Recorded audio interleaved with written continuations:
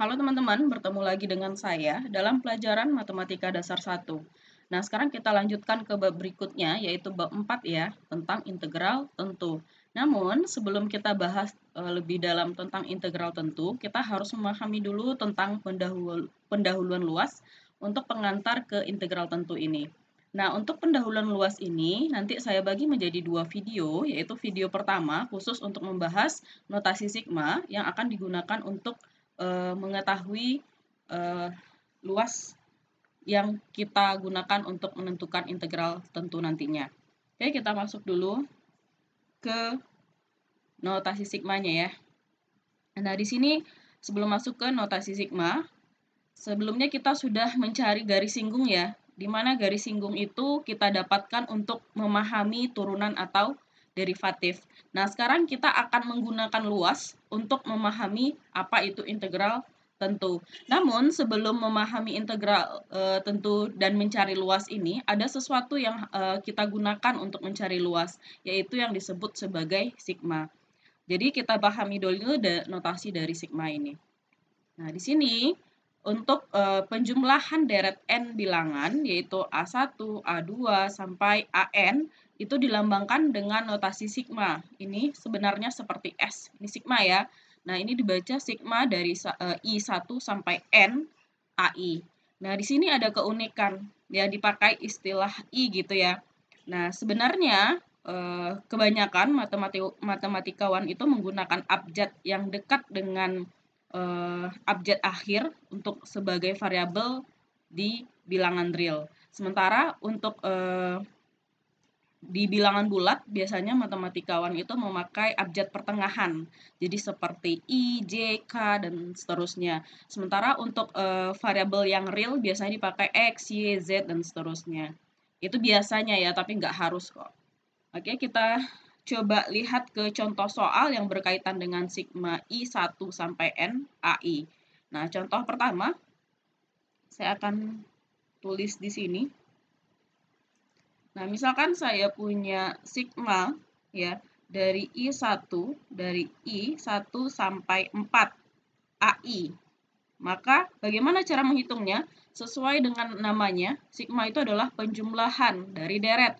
Maka I-nya itu mulai dari 1, berarti karena jumlah dia ditambah 2, ditambah 3, sampai batasnya itu adalah N. N kita adalah 4. Sehingga hasilnya apa? 1 tambah 2 tambah 3 tambah 4 adalah 10.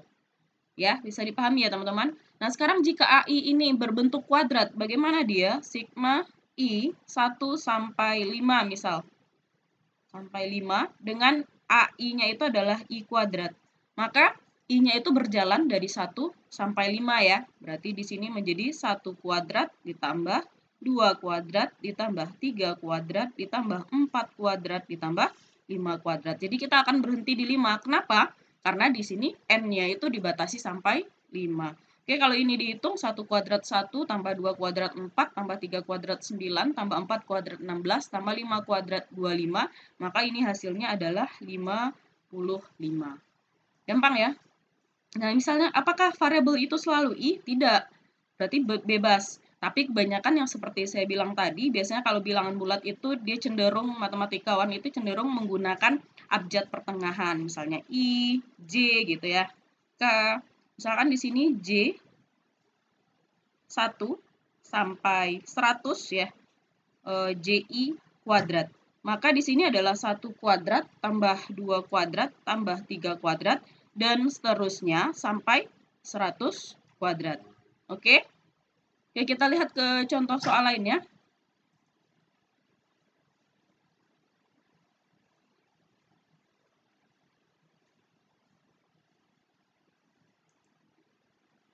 Misalkan saya punya sigma dari pakai J ya. J1 sampai N untuk 1 per J. Maka ini akan menjadi 1 per 1 tambah 1 per 2 tambah 1 per 3 sehingga kita sampai di 1 per N. Maka inilah jumlahan yang harus dicari.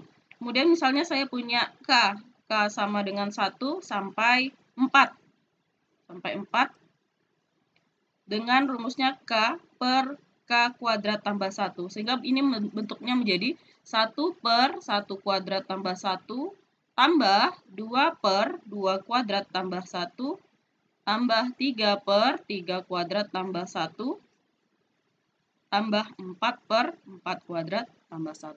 Jadi ini tergantung dari fungsi di depan sigma ini ya. Nah, kemudian ada juga untuk kejadian khusus untuk N-nya besar sama dari M, maka sigma dari I1, bukan I lagi, bukan 1 lagi. Misalnya di sini saya batasi dari M sampai N. Kenapa? Karena di sini N besar sama dari M, berarti dia dimulai dari M sampai ke N. Maka fungsi ini menjadi bagaimana? Maka fungsi Fi ini akan berubah menjadi Fm, kemudian ditambah Fm tambah 1, ditambah Fm tambah 2, sampai Fn. Kenapa sampai Fn? Karena kita tadi membatasi N-nya, jumlahannya itu sampai N. Ya. Kemudian untuk bilangan yang sama, untuk misalnya C itu bilangan yang sama,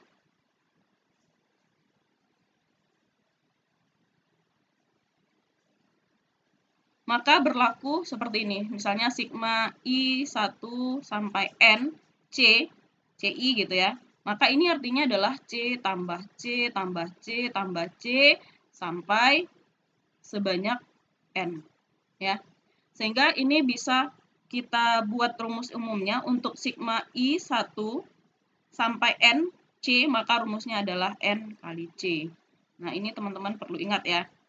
Nah, contohnya bagaimana pemakaian rumus ini? Misalnya, sigma dari I1 sampai 5 untuk 3. Itu artinya adalah 5, karena N-nya itu ada 5 kali 3. Sehingga hasilnya 15. Ya, jadi ini ada untuk N besar dari M, maka dia diperlakukan seperti ini. Kemudian saat C-nya itu sama, maka itu adalah N kali C. Contohnya seperti ini. Jadi sigma dari I1 sampai 5 dengan bilangan 3 itu adalah 5 kali 3, sehingga hasilnya 15. Oke, kita lihat aturan berikutnya. Nah, di sini ada teorema dari kelinieran notasi dari sigma itu ya, kelinieran dari sigma. Di sini ada yang saya tuliskan ada 3 saja. Jika K adalah suatu konstanta, maka berlaku sigma K kali A1 sama dengan K kali sigma A1, AI. Maka ini K-nya bisa dikeluarkan saja. Kemudian untuk teorema kelinieran ini, sigma juga bisa dipecah untuk penjumlahan dan pengurangan. Seperti ini, sigma dari I1 sampai N, AI tambah BI, itu bisa kita urai menjadi sigma I1 sampai N AI, ditambah sigma I1 sampai N BI. Begitu juga dengan yang pengurangan. Nah, sekarang kita coba lihat ke contoh soal yang berkaitan dengan teorema kelinieran ini. Nah, di sini saya punya contoh soal. Misalkan I 1 sampai 100, ya sigma I 1 sampai 100 AI, itu nilainya 60. Sementara sigma dari 1 sampai 100 untuk BI itu nilainya 11. Sekarang tentukan sigma dari I1 sampai 100 untuk 2AI kurang 3BI tambah 4. Maka ini kita bisa menggunakan teorema kelinieran yang tadi ya. Untuk I1 sampai 100, 2AI kurang 3BI ditambah 4, itu bisa kita pecah seperti yang di teorema kelinieran yang nomor 2 dan nomor 3. Maka ini menjadi sigma 1 sampai 100 untuk 2AI ya, dikurang sigma I1 sampai 100 untuk 3BI ditambah sigma I1 sampai 100, I dari 1 sampai 100 untuk 4. Nah, di sini kita bisa menggunakan yang teorema kelinieran yang pertama tadi ya. Konstantanya bisa dikeluarkan sehingga 2 sigma I1 sampai 100 AI dikurang 3-nya juga bisa dikeluarkan, berarti sigma I1 sampai 100 BI ditambah sigma I dari 1 sampai 104. Nah, ini teman-teman mengingat yang tadi ya, yang C yang berulang ya. Berarti di sini 2 dikali, nah ini sudah diketahui dari soal bahwa sigma dari 1 sampai 100 AI itu adalah 60. Berarti tinggal dikalikan 2 kali 60 dikurang 3 kali sigma I1 sampai 100 BI itu adalah 11, kemudian ditambah. Nah, ini pakai aturan yang C yang berulang tadi, sebanyak N kali, ya, N ya, berarti 100 N-nya dikali 4. Sehingga ini dihitung, ini 120 kurang 33 ditambah 400. Maka ini adalah 483. 483. 83, 87 ya. Oke. Jadi beginilah aplikasi dari teorema kelinearan tadi. Oke, kita lanjut. Kemudian ada namanya pangkat menurun. Nah, di sini untuk pangkat menurun itu kita dapat lihat, tunjukkan sigma I1 sampai N, AI tambah 1 dikurang AI, itu akan sama dengan AN tambah 1 dikurang A1. Kemudian di sini ada sigma dari I1 sampai N, I1 tambah I tambah 1 kuadrat dikurang I kuadrat itu akan sama dengan N tambah 1 kuadrat kurang 1. Oke, di sini ada 2 soal. Saya akan coba menjelaskan soal pertama, namun untuk soal kedua itu adalah tugas kalian ya. Nah, saya coba jawab untuk yang nomor 1 dulu. Nah, di sini sigma I1 sampai N dengan syarat tadi adalah AI tambah 1 kurang AI itu yang akan kita tunjukkan sama dengan AN tambah 1 kurang A1. Nah, sekarang kita coba mulai bergerak dari yang sebelah kiri. Sigma I1 sampai N AI tambah 1 kurang A1. Coba kita masukkan I-nya. Jadi saat I1, maka ini adalah 1 tambah 1 ya, berarti jadi A2, kurang ini dimasukkan 1, berarti A1. Gitu ya. Kemudian ditambah, karena sigma berarti ditambah ya. Kemudian saat I-nya 2, maka ini menjadi A3 kurang A2. Kemudian saat I-nya 3, berarti ini menjadi A4 kurang A3. Nah, begitu seterusnya sampai nanti kita ketemu AN tambah 1 saat nilai saat nilai I-nya itu N, berarti AN tambah 1 ya, dikurang dengan AN. Nah, ketika ini kita susun, kita dekatkan variabel yang sama, ini menjadi A1, yang ini ya, A1, kemudian ditambah yang ini A2, kemudian, di sini ada A2 juga, kita dekatkan variabel sama, ini menjadi kurang A2, kemudian di sini ada A3, kemudian di sini ada min A3, kemudian ada A4, dan seterusnya, sehingga kita ketemu nanti min sampai min AN ditambah AN kurang 1. Yang mana ini sampai sini itu dia akan saling meniadakan. Kenapa saling meniadakan? A2 kurang A2 berarti 0. A3 kurang A3 0. Di sini pasti ada A4 kurang A4 sampai AN kurang AN. Sehingga di sini tinggallah min A1 tambah AN kurang 1. Atau bisa kita tulis sebagai AN kurang 1 kurang A1. Sehingga terbukti bahwa sigma I1 sampai N AI tambah 1 kurang A1 AI itu akan sama dengan AN kurang 1 AN tambah 1 kurang A1. Jadi terbukti ya. Jadi untuk nomor 2 silahkan teman-teman kerjakan di buku latihan masing-masing. Oke, sekarang ada beberapa rumus untuk rumus khusus. Nah, di sini misalkan K itu suatu konstanta, maka berlaku jika I1 sampai N. Ini rumus khusus ya, untuk jumlah khusus. Saat I artinya dia berpangkat 1, maka 1 tambah 2 tambah 3 dan seterusnya itu adalah rumusnya N kali N tambah 1 bagi 2. Nah, tadi teman-teman masih ingat ya, di awal kita punya soal bahwa kita sudah menghitung sigma dari I-nya mulai dari 1 sampai 4, I itu tadi hasilnya 55 ya. Coba kita pakai rumus yang ini. Sigma dari 1 sampai 4 I itu akan sama dengan, nah berarti 4 ya N-nya. N-nya 4 dikali 4 tambah 1 dibagi 2. Sehingga ini menjadi 4 kali 5 ya, 20 bagi 2 hasilnya 10. Oh sorry, ini tadi yang kuadrat ya. Ini hasilnya 10. Coba kita lihat ke slide sebelumnya. Nah ini ya teman-teman. Sigma dari AI tadi 1 sampai 4 hasilnya 10. Yang kuadrat yang 55 ya.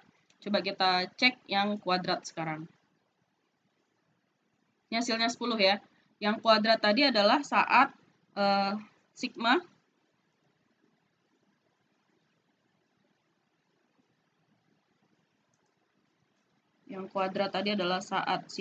dari I 1 sampai 5, kemudian I kuadrat. Hasilnya tadi 55 ya. Dari slide yang sebelumnya udah kita cari. Coba sekarang kita menggunakan rumus yang ini. Maka sigma I 1 sampai 5 itu pakai rumusnya N ya, N berarti N-nya 5 kali N tambah 1, berarti 5 tambah 1 dikali 2 kali N, N-nya 10 ya, tambah 1 jadinya dibagi dengan 6, sehingga ini menjadi 5 kali 6, 2 kali 5, 10 kali tambah 1, berarti 11 dibagi 6, berarti kita dapat 55, sama ya. Oke, untuk yang ketiga nanti coba teman-teman coba sendiri ya. Oke, kemudian di sini ada carilah rumus untuk J1 sampai N, J tambah 2 kali J kurang 5. Nah, sekarang kita disuruh mencari rumus. Kalau tadi yang barusan rumusnya sudah ada. Sekarang kebalikannya, kita disuruh mencari rumus. Nah, bagaimana cara mencarinya? Berarti kita lakukanlah penjabaran dengan memanfaatkan semua sifat-sifat dari notasi dari sigma tadi. Oke, kita mulai sigma J1 sampai N, J tambah 2, kemudian J kurang 5. Otomatis ini harus teman-teman selesaikan dulu ya. Dari sigma J1 sampai N, ini diselesaikan J kali J menjadi J kuadrat. Kemudian J kali min 5, min 5J ditambah 2J jadi min 3J. Kemudian 2 kali min 5 adalah 10J. Berarti ini tinggal teman-teman pakai sifat tadi ya, sifat pengurangan tadi. Berarti ini bisa diurai menjadi J kuadrat dikurang 3 sigma J dari 1 sampai N. Kemudian sigma J dari 1 sampai N 10 ya. Nah, ini pakai rumus yang sudah ada yang kita punya tadi untuk aturan pangkat 2. Berarti adalah N kali N tambah 1 kali 2N tambah 1, ini dibagi dengan 6, kemudian 3 kali rumus dari J. Tadi ada N kali N tambah 1 dibagi 2, kemudian